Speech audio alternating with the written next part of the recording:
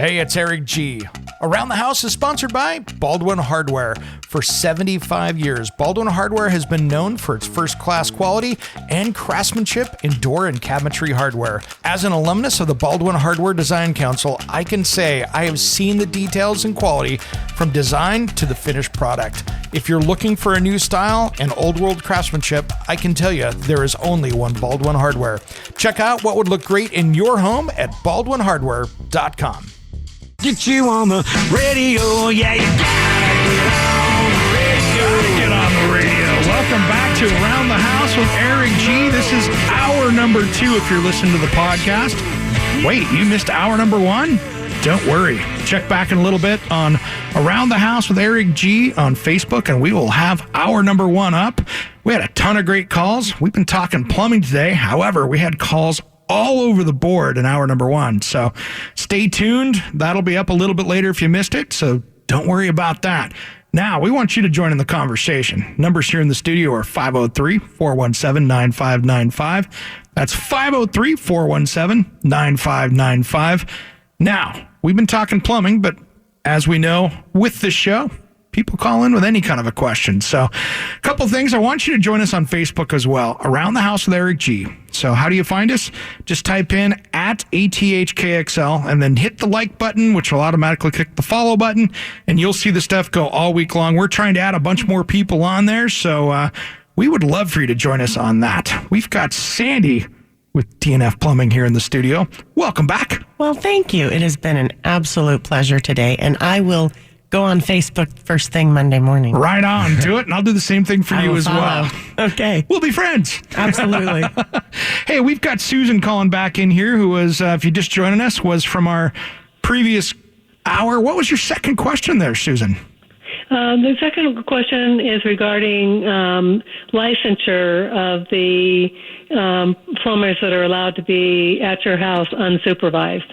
The fellow that did the caulk smearing was only an apprentice, and there was nobody else here at the time. And I thought that apprentices had to be supervised at all time. Am I incorrect on that? You are incorrect. Number one, it depends on what year they are in apprenticeship. And number 2, it's usually if there is a plumber, licensed journeyman plumber, that they can call that's within 20 minutes of where they're at. Okay, good. Thank you for the clarification. Susan, on that same line of the smearing of the of the caulk all over the stone, is it possible that caulk could have seeped into the little tiny fractures and whatnot that are standard in a stone top?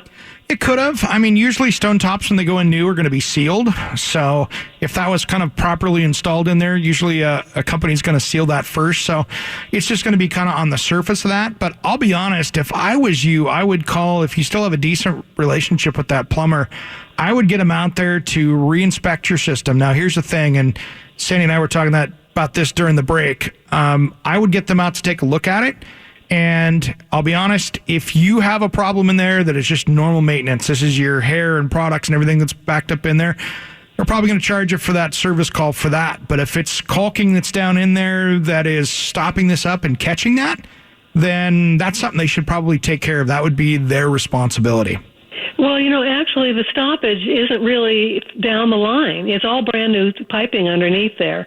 It's right at where the P-trap is. When you first turn on the faucet, it fills that up, and it's clear right there. Okay. But there's some sort of an air bubble that all of a sudden it'll go bloop bloop bloop, and then the water goes on down. That's a venting problem of some kind. So yeah, you've got a problem between that P-trap and the vent, be my guess, or you've got a vent that's plugged up top, or you have some kind of a venting problem going on there. Okay. Thank you so much for your time. All right. Hey, thanks for being patient. Thanks for calling back, and thanks for listening to Around the House. All right. We've got Bill in Estacada with one of my favorite subjects. Welcome to Around the House. Well, how are you doing today? Good, man. Thanks for calling in. What can we help you with today? Well, here's the problem, the toilet. It does not... Well, I put in one new toilet in our home, in our master bathroom. I bought it at Lowe's.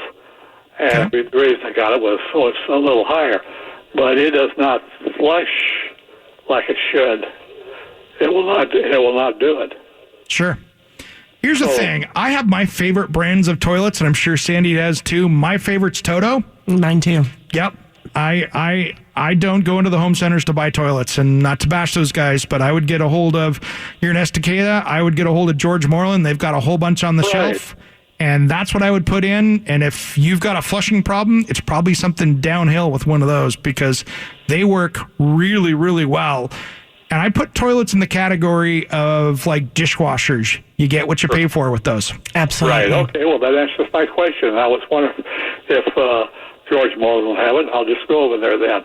Yeah, go down there and take a look at it. They got a bunch of different ones on. I don't care which one you show up at. They're going to have a bunch of them right there, and you can make a good decision. And those things will usually plug up your sewer line before you plug up that toilet.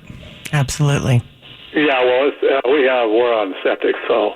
All right, even worse. Thank you very much. Thanks, Bill. Thanks for calling in. Thanks for listening to Around the House. Just a little potty talk. Potty talk here on Around the House with Eric G.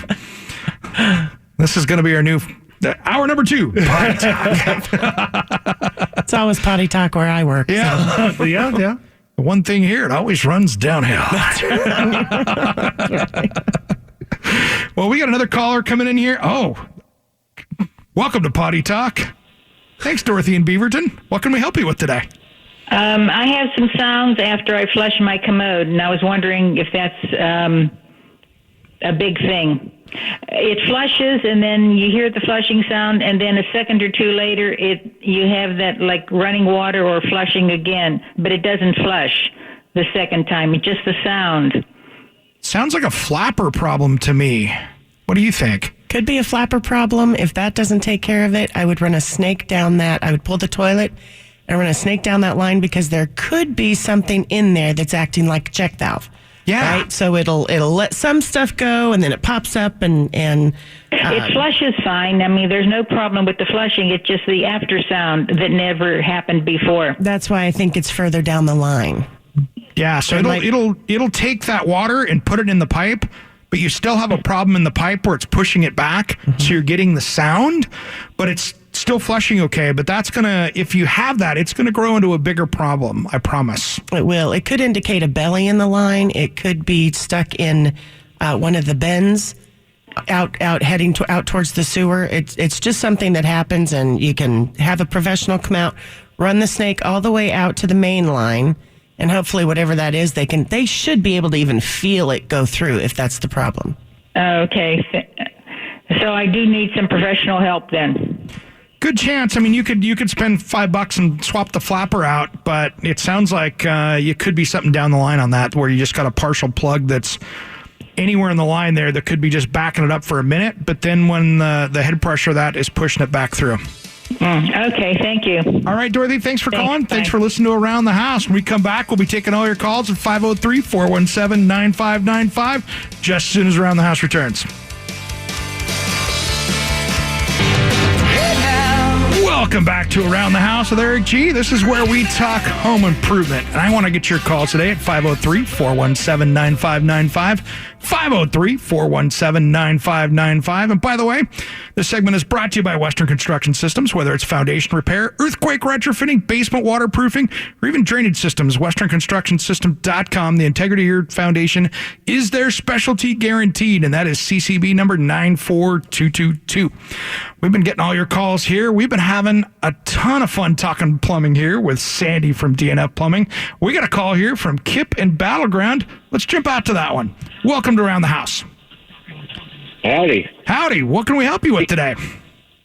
I got a question concerning our toilet here. When I flush it, I'm getting like a tone sound, almost like if you were to run your finger around the top of a wine glass wet, you get kind of a hum tone. You got a singing toilet. I don't know what's... Yeah. Thanks for calling into Potty Talk. It never used to do it, but it's starting to do that sound, and I don't know where it's coming from. Usually that is your flush valve mechanism in there. That is your traditional ball and float type thing in there. And you probably got some mineral buildup or something on there, and it's literally as it's filling, you're hearing that whistle of that the little flapper on the internal valve bouncing off the seat, and that's usually what causes that. Okay, simple. Perfect. Thank you very much. Simple fix, man. That should take care of it. And easy $12 DIY project if you want to do it yourself. If not, call a professional. They can help you out. Oh, no, I can knock that out. Thank you very much. Thanks, Kip. Thanks for listening to Around the House. All right, that leaves another line open at 503-417-9595. 503-417-9595. See, we're helping people all day long here. I love it. Love it. We got more calls calling in, but let's talk a little bit about some of the stuff out there. I mean, one thing I want to talk about that we want to dive in, because this show's going quick today. How is it hiring people out these days? Boy, I tell you, it is tough. And it doesn't matter if you're union or non-union. This area is so busy that it takes a long time to get qualified, because you don't want to hire just anybody. No. Right? We really screen our plumbers, whether they come from the union or non. And nobody wants to get into the trade anymore. The union halls are begging for apprentices. They come in and go through the screening process, and you're getting people that are either 65 and ready to retire and trying to start an apprenticeship.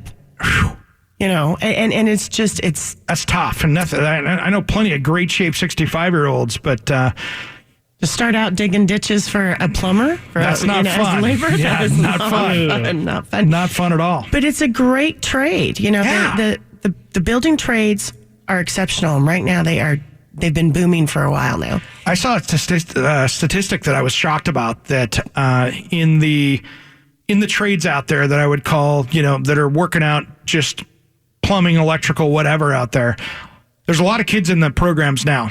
But in 5 years, we're going to have a 68% deficit on top of all the people that are in school today. Exactly. They've been talking for years that in 2020, which now is only 2 years away. No kidding. Hello, it's pretty right around the corner, that there's going to be a shortage of plumbers, electricians, all the blue collar trades, which, by the way, if you are a full licensed journeyman plumber in the state of Oregon, you're making more than any of those IT people getting out of school. Absolutely. And I just don't understand, if you are mechanically inclined, male, female, and let me tell you, I would love to get some female plumbers in there.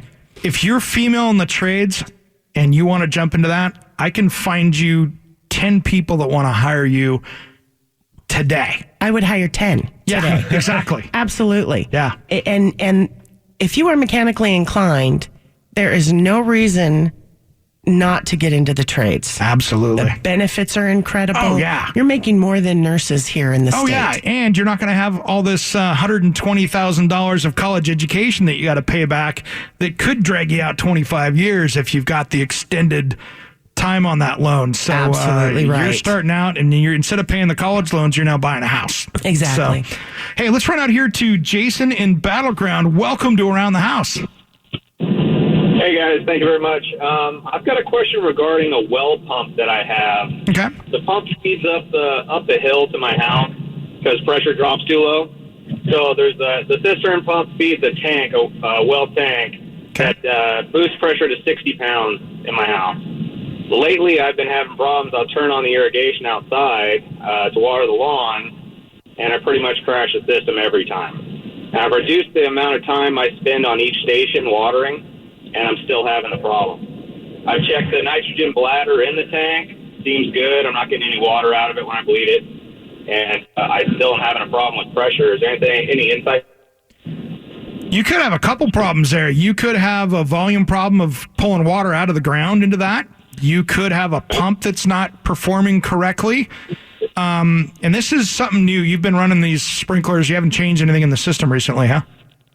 No, nothing. I replaced a couple of heads, but that was it. And that was just because the head was kind of sheared off. That shouldn't do any difference there, yeah. Sounds like you might have a pump problem right off the bat. That would be my first thing. If you got a pump cavitating or throwing problems around down there, that would be my first thing, would be to do a volume test on that pump and see what you got coming out of there. Yeah. All right.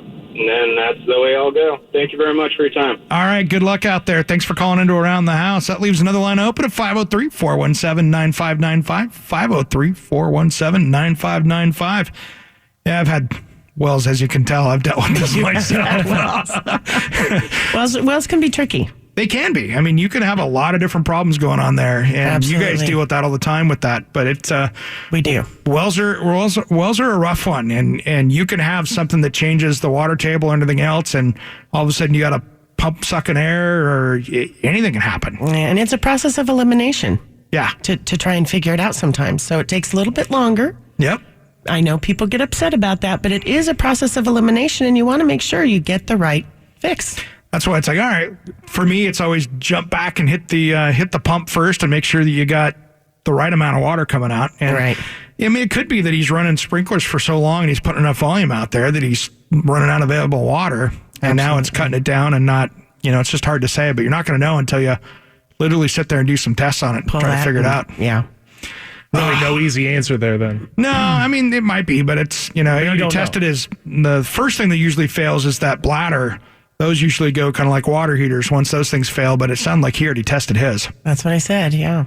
So all right. Well, good luck. Yep, good luck. Well, here's the thing, plumbers, as we were talking about with the trades, I mean, I want to get back to this. If you are out there and you've got kids that are thinking about, maybe they're not thinking about college is not for everybody out there. And Absolutely if you've got that kid out there that's like really handy and stuff, they're going to probably do better out there in the trades today than if they're going to go out and spend. You don't want to spend that 4-year college degree and have them not know what they're doing afterwards. Put them in the trades for a little bit, see if they like it. And then if they want to go back to college, you can. But I just hate to see kids out there jumping into college, not knowing what they're going to do. And then they got this big college bill and they're working at Starbucks trying to figure it out. Well, so many kids are going that college route, and I have my own little reason why, which I'll touch on here after the break. All right, we'll talk about that just as soon as Around the House returns.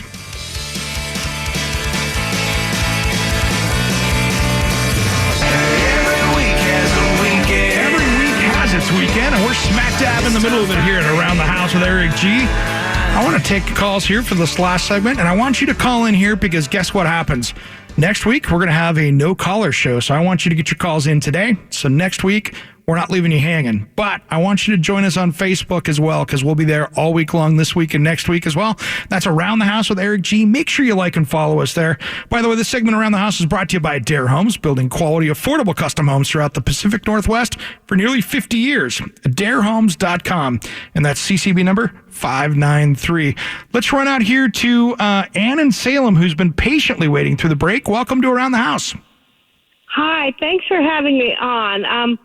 I'm getting a new mobile home, and I know nothing about it. I'm living in an antique I have for the last, it's almost 60 years old. It's a travel trailer, and I'm getting into this mobile home, but it's going to be in Vermont. And I don't really know how to live in it. I mean, what to do to take care of it, and how would I find those things out? So is this a brand new mobile home or is this new to you mobile home? It's a brand new one, and it's built. I got pictures of it. It has vinyl siding for one outside, and it's got a heat pump. It runs on propane gas. All right. So and it's but I mean, it's got a lot of interesting things on it that I don't know even what they are. And I don't want to damage it and I'm wondering what kind of insurance I should get for it. All right. You got a lot of good questions, Ann. Let me help you with these and go down the list here. What I would do is, the nice thing with some of the newer mobile homes is they are starting to use more standard equipment in some of these things. They're getting better. So it's going to be a little bit easier to maintain some of this stuff because they're starting to use, depending on which one you get, they're starting to use more traditional building equipment. You're seeing more 2x4, 2x6 construction kind of things. So they're getting better. What you have, I don't know. But what I would do is when you get out there, like for your heating air conditioning system, I'd find out who made that. And I would find a good certified installer for them and have them come out once or twice a year and do maintenance on that thing. Clean it, check it out, all that kind of stuff. For instance, your vinyl siding on the outside, just keep it clean. That's a soap and water kind of thing. That's easy to do. Don't get the pressure washer out there. Soap and water. Yeah. It's like it's plastic, so you're just going to be able to keep that thing clean that way.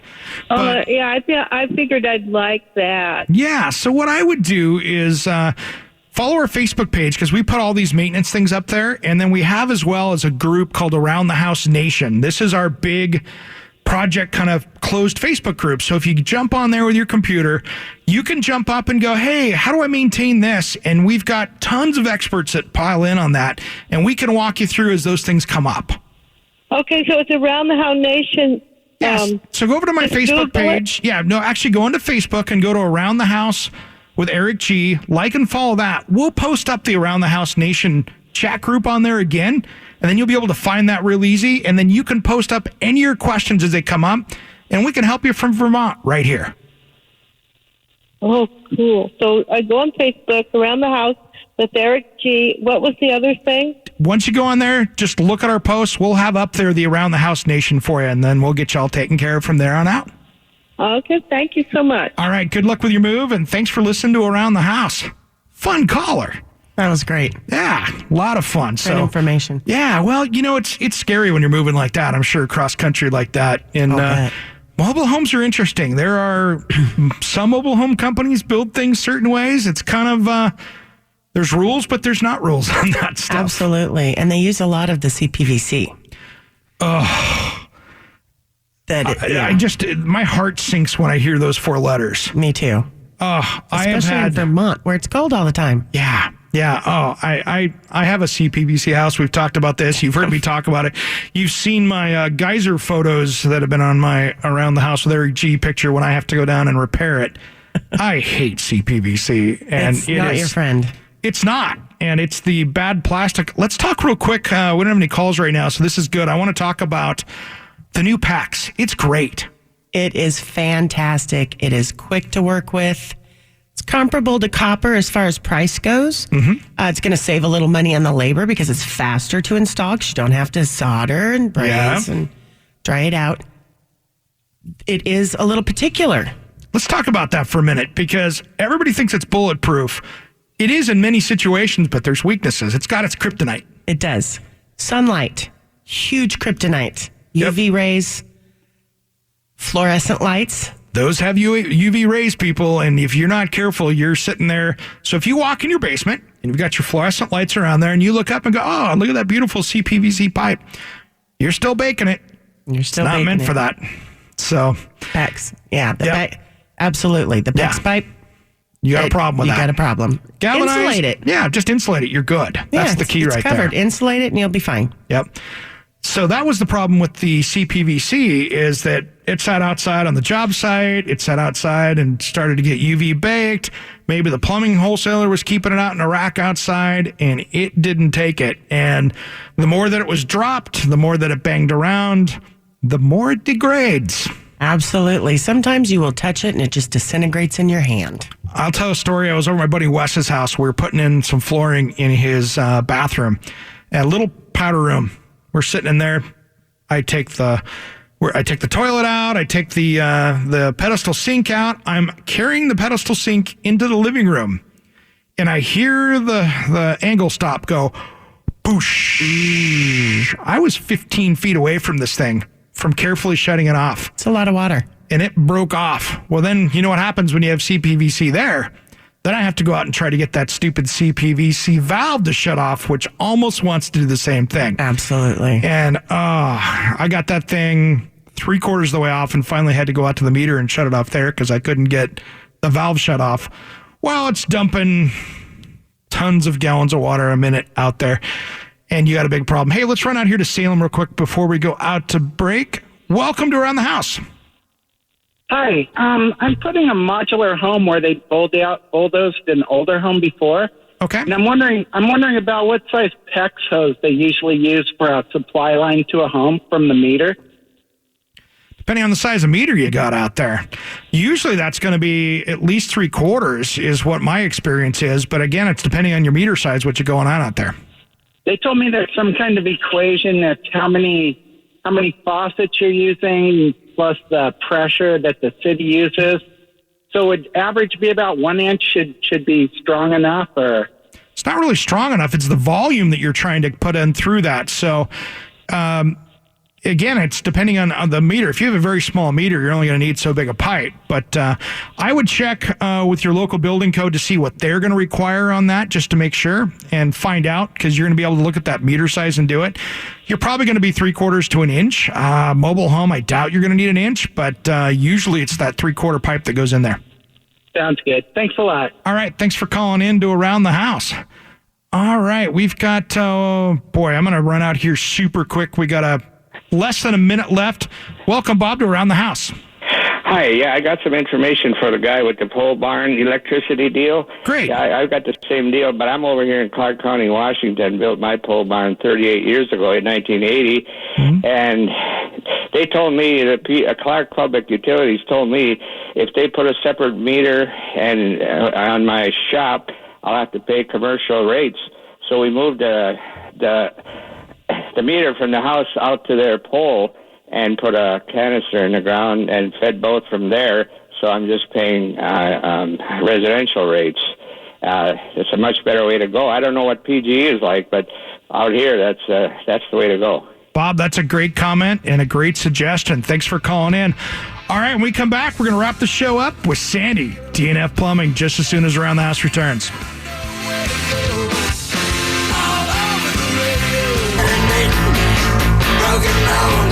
Welcome back to Around the House with Eric G. This show has gone so quickly today. Thanks for everybody playing a part in this. I want you to join us on Facebook all week long, because I put stuff up there, lots of tips. If I see something that comes up in the news, like major recalls or a new tool that comes out, that's going to be Around the House with Eric G. And if you want to see any of the stuff that's with the show, including my TV stuff from More Good Day, Oregon, I always post that up on aroundthehouseonline.com. That's the website there. So that's one. If you ever just need one place to go to that'll send you all the social media stuff and everything, aroundthehouseonline.com. All right. Well, we got Sandi from DNF Plumbing in here. We have had a great time with you today. This has been a blast. Thank you for coming in. Thank you. We're trying to have fun and help a lot of people out while we're doing it. So what are some of the best ways to get a hold of DNF Plumbing? Best ways to get a hold of DNF Plumbing, there's several. Our phone number, 503-282-0993. We have our website, DNF Plumbing, at dnfplumbing.com. So DNF, D means? Drip, F for faucet. There you go. Super simple. Super simple. You can also go on our website, and we have a contact sheet there.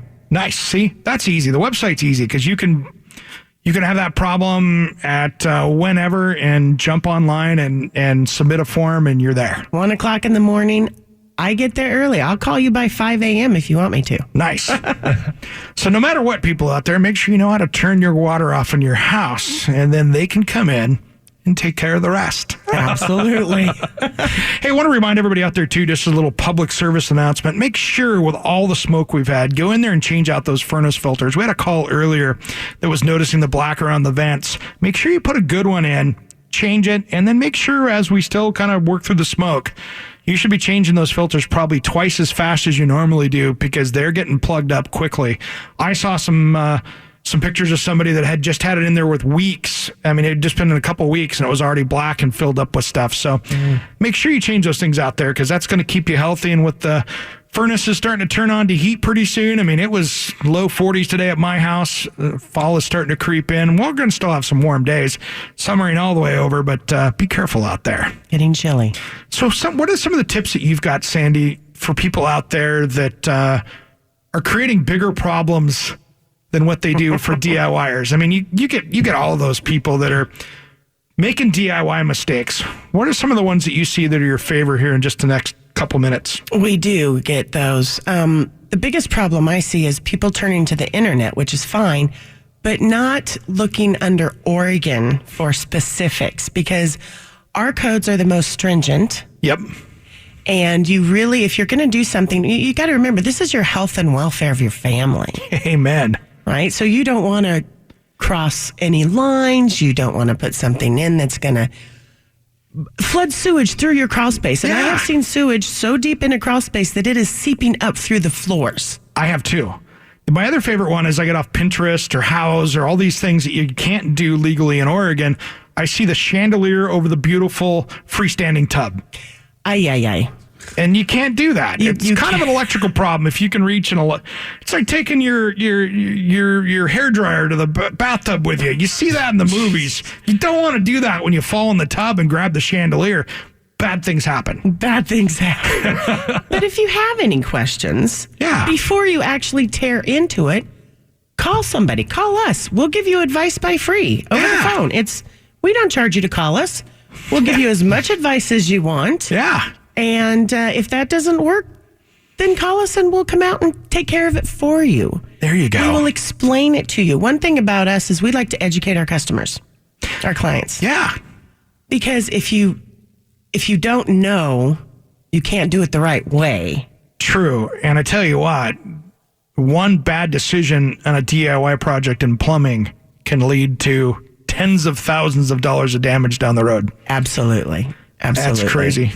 Well, I am happy that we started to talk about plumbing today because it's actually on our list of the top 10 most procrastinated projects in your home. Now, as far as... By the way, we can't get into that one again. What? Why? Procrastinated because you know something? That's the end of the show. We're out of time? We're out of time. That's it. That's all time we got for this week. Our thanks to executive producer Dane Vaughter for making the show sound great, Steve Moffat, who ran the communication center, and of course, Jeff Thomas keeping us on track and even on the air today. Most of all, though, we want to thank you for listening. Want you to join us next week from noon to 2, where once again we talk about maintenance, repair, designing for renovation, and remodeling your home. Until then, be sure you do what you love what you do. This is the Radio Northwest Network. I'm Eric G., and you've been listening to Around the House.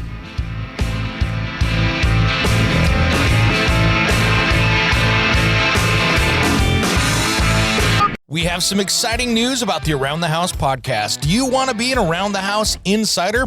Our premium membership gives you early access to the weekend podcast, exclusive access to our back catalog of shows, special email access to me, Eric G., with your own home improvement questions with a priority email address, plus exclusive new shows and extended content. Click down into the podcast show notes for the link to the Around the House insider membership for less than the price of a beer at happy hour. Join me for this limited amount of exclusive members. And thanks for listening to Around the House.